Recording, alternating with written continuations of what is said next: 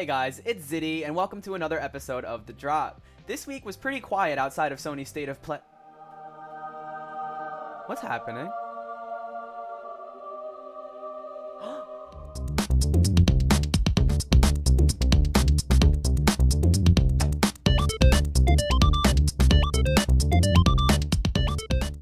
This is not a drill. I repeat, this is not a drill. Sinnoh confirmed.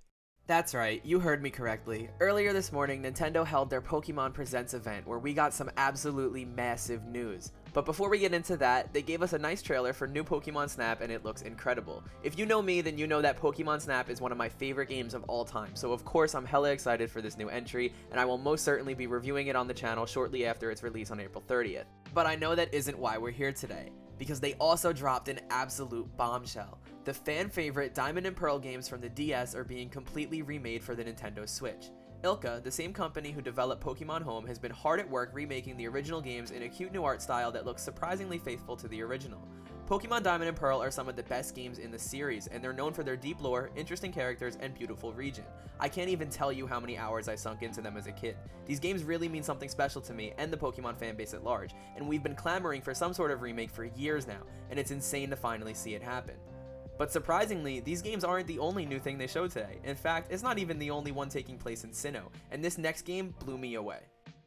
Pokemon Legends Arceus is a prequel set hundreds of years before the events of Diamond and Pearl, and features the entire Sinnoh region in its full natural glory before any towns or cities were built. From the looks of things, this is a drastically different kind of Pokemon game, one where we'll be fully exploring huge open environments in third person. Not much else was shared beyond the initial trailer, but this is what fans have wanted forever now, and it seems that our wishes for Pokemon Breath of the Wild were finally answered. The game comes out early next year, and I cannot wait for more information on it, as this one looks like something truly special. Alright, that's enough Pokemania for today, because we also have some major PlayStation news, except none of it was in their State of Play. Earlier this week, Sony officially revealed that they are working on a successor to the PlayStation VR. As expected, it will not be launching this year, and details on it are pretty slim, but they did confirm that it will connect to the PS5 via a single cable. If you've ever played on PSVR before, then you know how much of a pain in the ass it is to set up, so this is great news. I wouldn't expect to hear more about it until next year, but it's nice to know that it's coming. And speaking of things we know are coming, before launch, Sony promised we would be able to upgrade our SSD storage on PS5, but the feature has been absent since the console came out. However, in a new report, it seems we could see a firmware update this summer to finally unlock the feature. And now another piece of news that was not in the State of Play is the apparent downsizing of Sony Japan Studio. They recently let go of all development talent outside of Asobi Team, who are the devs responsible for the Astrobot games. If you're a fan of PlayStation, then you know how devastating this is to hear, as they've developed countless classics over the years. Hopefully this doesn't spell the end for some of these iconic franchises, as that would be a huge shame. And while we're on the subject of huge shames, let's get into Sony's State of Play. Even with an incredible lineup of games coming out for PS5 this year, you'd be hard-pressed to find many hard hitters in this event. While there were a few highlights such as Crash 4 and Tony Hawk making their way to PS5 this month, most of the games shown just didn't do much for me or for most PlayStation fans. Returnal looks pretty cool, Oddworld coming to PS Plus is a plus, and Five Nights at Freddy's has never really been my cup of tea. However, that's not to say that nothing in the State of Play was noteworthy, as we did get the first gameplay for Solar Ash, plus a release date for Kena Bridge of Spirits, which will be out on August 24th. Deathloop was another highlight, as we got another trailer for the game, and it's looking pretty damn cool. The biggest reveal was yet another port, although this one is rather exciting. Final Fantasy VII Remake is receiving an enhanced port that will also feature some brand new content.